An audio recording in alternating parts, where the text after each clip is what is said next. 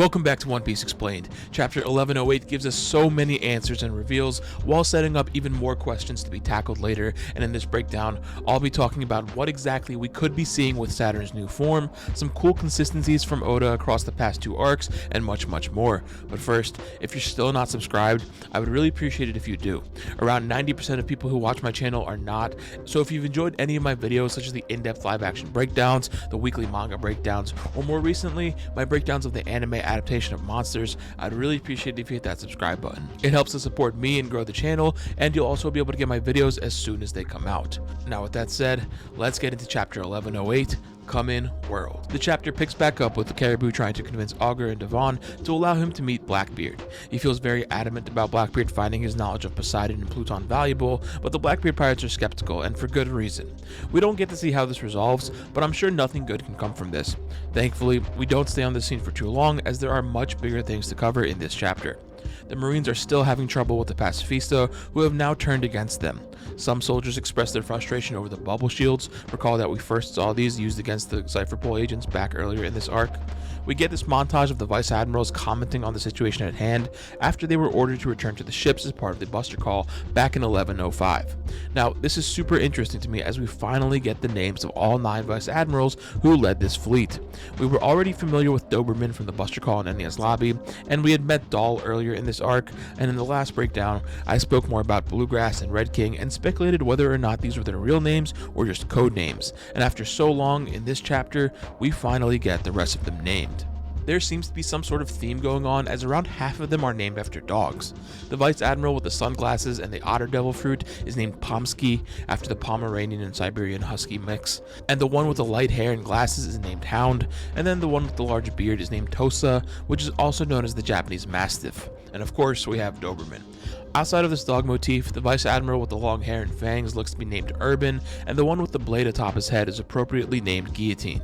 While Red King isn't present in this chapter, we did see his reaction to the Pacifista turning against the Marines in the previous one, and so for a brief recap on the rest of the Vice Admirals, we last saw Pomsky and Tosa alongside Dahl back in 1105 when Kizaru instructed them to leave the island. Doberman and Guillotine were all part of the firing squad surrounding Bonnie in 1095, as was Urban. Bluegrass was last seen in 1094 when she took over a Pacifista when chasing Bonnie, and as for Hound, I don't think we've actually seen him since we last saw all the Vice Admirals in 1089. Perhaps I just missed him since the design appears to be the most generic one out of all these Vice Admirals, so if you think you spotted him somewhere else, I'd love to read about it in the comments. After the realization that Bonnie has ultimate authority over the Pacifista, the Vice Admirals are now making a new plan of action as Doberman orders all of them to go after Bonnie. It appears Tosa is already one step ahead of the others though, as we see him having already caught up with Bonnie and Frankie. We see him using a move that seems to be a variant of Shigan, or the finger pistol technique, that's used by the Marines and world government agents as part of the 6 powers. This looks to be a variation of the 10-finger pistol that we first saw used by Jabra back during Enia's lobby, though here Tosa combines it with his armament hockey. While the 6 powers were introduced prior to the explicit reveal of armament hockey in the story, we have seen them used in conjunction before this point, as we saw with Who's Who's combination of Iron Body with armament hockey for his Flash Fang technique. Unfortunately for the Marines, Tosa's attack doesn't connect, as we see a huge shadow creep over him at the last second, only for him to get smashed into the ground by the blunt side of Brogy's Bruiser Axe. Now, I will note that this is likely a new weapon, despite it looking identical to the one that broke back on Little Garden. And real quick, if you weren't aware, Dory and Brogy's names seem to be references to the American wrestlers Dory Funk and Bruiser Brody. Dory's blade was named the Terry Sword, a nod to Dory Funk's brother Terry, and Brogy's axe was named the Bruiser Axe, as a nod to Brody's ring name. And while I'm on the topic, Terry and Dory Funk are also their namesake and inspiration for the Assassin brothers Kelly and Bobby Funk from the Dressrosa arc. This scene is particularly fun for me, as when Tosa's design was first introduced back in 1089, I had wondered if he was supposed to be one of the giant squad members for whom Luffy took down back on Marineford. Since then, we've seen his size relative to the other Marines, so that idea has long been made irrelevant, but it's just fun to see him interacting with real giants. Now, Dory and Brogy explain that they're here to help out the Straw Hats, and they mention how they reviewed the crew's bounty posters so they would recognize any new crewmates, but curiously, they don't recognize Frankie, and this is because Frankie hasn't been pictured on any of his post-time skip bounties, with the one he received after Dressrosa featuring the General Frankie, and his most recent bounty poster after Wano depicting the 1000th Sunny. This whole exchange gives us some more insight into what exactly Dory and Brogy know since returning from their duel on Little Garden. When Bonnie asks them to help Vegapunk, they mention how they had heard that name from a scholar. They of course wouldn't be familiar with the 65-year-old genius since they were isolated on Little Garden for 100 years. Now there's been some speculation on who exactly they're referring to with this line, with most minds going to Saul, since we know he's alive on Elbaf, but I guess we'll have to see how this turns out. We also learned from Frankie that Usopp continues to talk about Dory and Brogy to the crew off screen. Now cutting back over to the Marines, the Vice Admirals realize Tosa is no longer communicating with them, which prompts Pomsky, Doll, and Bluegrass to head over as well. Bluegrass uses her powers to override one of the Sea Beast weapons, and you may have noticed that there are bandages around its neck, and that's because the Giraffe Sea Beast weapon was actually taken out by Kizaru back in 1089 after it attacked one of their ships. Always cool to see Oda maintain some consistencies like this. We learn from Doll that she served as a Marine under a giant over 20 years ago, which Bluegrass deduces to be Saul. This adds a very interesting texture to Doll's character, as she would have seen Saul desert the Marines firsthand. It's unclear if she was present and participated in the Buster Call of O'Hara, but it's quite possible that she was with Saul when his crew apprehended Nico Olvia, Robin's mother. If that's the case, there may be some interesting developments between her and Robin should they ever meet. Now back on the island, the Giants escorting Frankie, Bonnie, and Atlas ask about the rest of the Straw Hats and confuse their location on the Labo phase with a Sky Island. There has been long-running speculation that the Giants and Elbaf are going to somehow be related to Sky Islands in the world of One Piece. Giants being the sky is a popular trope attributed to fairy tales such as Jack and the Beanstalk, which has previously been referenced by Oda with the giant Jack that we saw in Skypiea. And so, the Giants mentioning Sky Islands here is super interesting. We also check back in on Luffy's group, where Vegapunk asserts that he's no longer in a state to be moved or else he'll die, but from the corner of the page comes Saturn creeping up in shadow. We've long speculated for Saturn's devil fruit to be some sort of bull spider yokai, such as the Ushi Oni or Gyuki, perhaps even a Tsuchigumo specifically, and it seems that the form we've been seeing Saturn in since chapter 1094 has actually been his man-beast or hybrid form. But in this chapter, we get what looks to be his full beast form, and there's a lot of cool things to talk about, so let's just get right into it. Off the bat, you'll notice he now lacks his torso and arms, instead only having his head atop a giant spider-like body. Now it's hard to say just how large he is, but at the very least he feels much larger than he was in his hybrid form. Not only that, his legs seem to be able to stretch or extend outwards with great force. Sanji even notes that he may be secreting some sort of poison, leaving anything he touches destroyed. You'll also notice what looks to be a raging flame on his back. He had something similar, but to a lesser extent in his hybrid form as well, so this seems to be the full realization of that. Of note, if this is his beast form, it's interesting that he retains his dark Hagoromo around his head.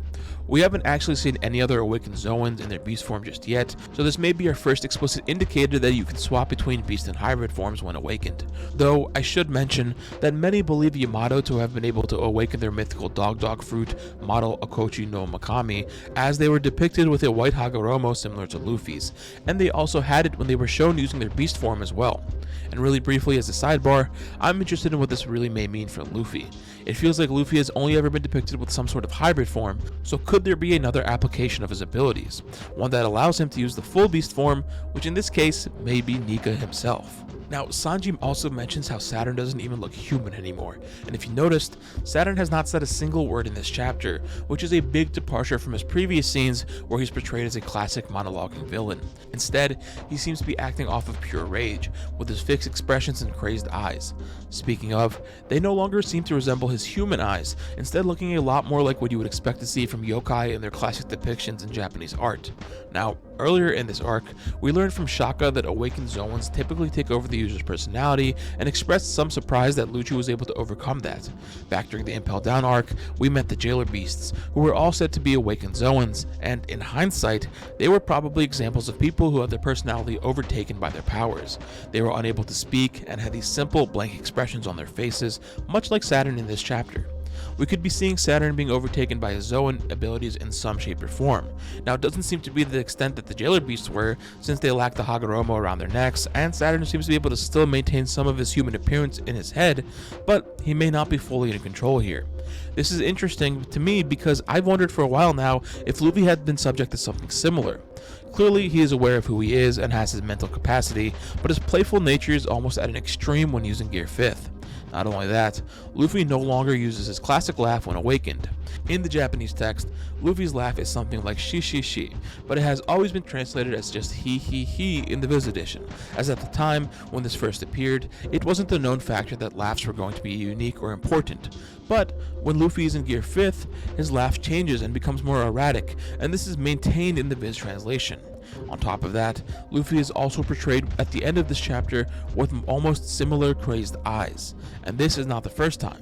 While it wasn't necessarily conveyed in the manga back when Gear 5th was first debuted, the anime was able to portray Luffy with a similar menacing stare against Kaido that always stood out to me. As such, I believe there could be something where awakened Zoans may be overtaken by the will of their devil fruit powers to various extents. If this were a spectrum, on one end would be what we see with the jailer beasts, where the original user's personality is completely overtaken, and on the other end would be something like Lucci, Kaku, and perhaps even Yamato, where the user retains their full capacity. Then somewhere in the middle, maybe what we see with Luffy and Saturn, with Saturn leaning more toward the jailer beast extreme, and Luffy leaning more toward the fully in control end. If this is the case, then this could even recontextualize Kaido's line to Luffy after he first awakened, asking him who exactly he was. Also, while this could certainly be a coincidence, there are some similarities between Saturn's eyes here and the giant vortex on the planet known as the Eye of Saturn. I've also seen some comparisons drawn between Saturn's eyes and the painting Saturn devouring his son with the crazed blank depiction of the Roman god. When we zoom out a bit, we get this depiction of Saturn at a distance where he is drawn more like a silhouette than anything. This reminded me of his silhouetted appearance during the flashback of the Reverie, though it's hard to say whether or not he was in his full beast form back then. He has a similar blob silhouette back when he first appeared on Egghead in 1094, and that was with his hybrid form, so it could really go either way. One last thing before moving on, I think the irony is quite strong here, with Saturn having this almost obsessive hatred for humans, those lesser than him, likening them to insects throughout this arc, when in the end, his quote-unquote true form is simply that of a bug.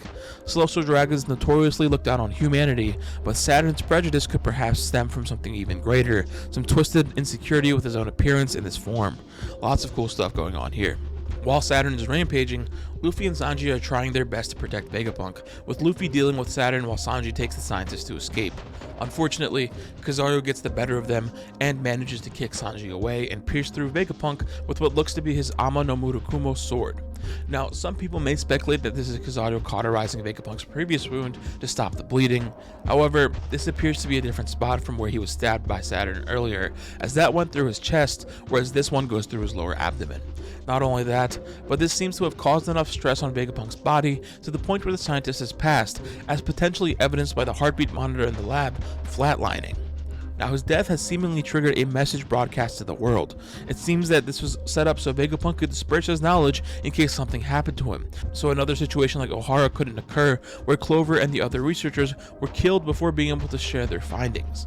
We knew since the start of this arc that Vegapunk was aware of his impending death, as evidenced by his conversation with Dragon. Now, as for how this is being broadcast in the first place, we've definitely seen similar technology in the world of One Piece before, such as with the execution of Ace and the events of Marineford being broadcast to places all around the world like Sabaody, and even during Punk Hazard with the various brokers around the world watching a live stream of Caesar's demonstration.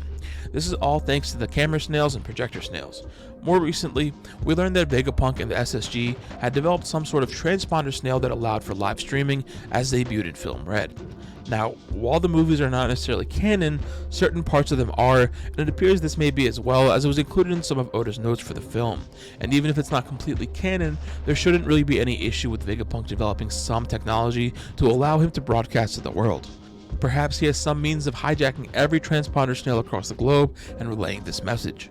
Either way, it does seem Vegapunk has died at this point, or will be dead very soon at the least, with the heart rate monitor flatlining as stated before. There may also be some significance to him dying with a smile on his face, like many characters with the Will of D have done in the past. However, this is also a fairly common among non-D members as well, so while this may not indicate anything about Vegapunk's lineage, it does tell us that he holds no regrets with his death here. And as crazy as it sounds, I'm not necessarily interested in speculating on what exactly Vegapunk is going to reveal to the world, especially since we'll find out pretty soon. Perhaps we'll finally get to learn the name of the ancient kingdom.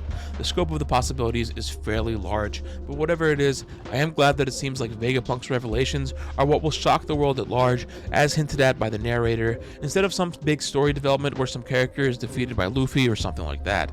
It's much more fun and fitting that a lore drop shakes the world of One Piece as opposed to something like Saturn dying, for example. Speaking of, the chapter also ends on Luffy using his Gum Gum giant form to prevent Kizaru from moving with one hand and pushing back Saturn's face with the other. It looks like Luffy has no intention of letting the two get away, which is a verbiage that reminds me a lot of what Luffy would usually be on the receiving end of in previous arcs. The tables have definitely turned, and we're finally in what looks to be the climactic battle on Egghead. This is a big step up from Sabaody, where the Straw Hats were focused on escaping, but now it's Luffy who is holding the enemies down to stay put. Also, recall that Dory and Brogy are also heading toward Luffy at this point, so maybe we'll get to see Luffy stand tall alongside them like we've been all hoping for so long. One thing of note though, you may have noticed that Luffy's hat has stayed the same size when he's using his Gum Gum giant form. While the anime has depicted this with the hat scaling alongside with him, every instance of this technique in the manga has featured the hat retaining its size, such as when he used it against Kaido and when he used it against Kizaru earlier in this arc. I'm not necessarily sure what to make of this, but it does feel somewhat intentional here, especially considering that there's a giant hat in a freezer in Mary Joie, so I'm excited to see what comes of this. With that said, this chapter was an absolute blast. The Egghead arc feels like such a celebration of the series, with bigger and bigger lore drops and plot developments being thrown at us with each week. I can't wait to see where we go from here. If you made it this far into the video, thank you so much for watching. If there's anything in particular that you want to talk about and you enjoyed from this chapter, I'd love to hear it in the comments. Liking and subscribing goes a long way if you haven't already. It helps to support me and grow the channel. Thanks again for watching, stay safe, and I hope to see you in the next one.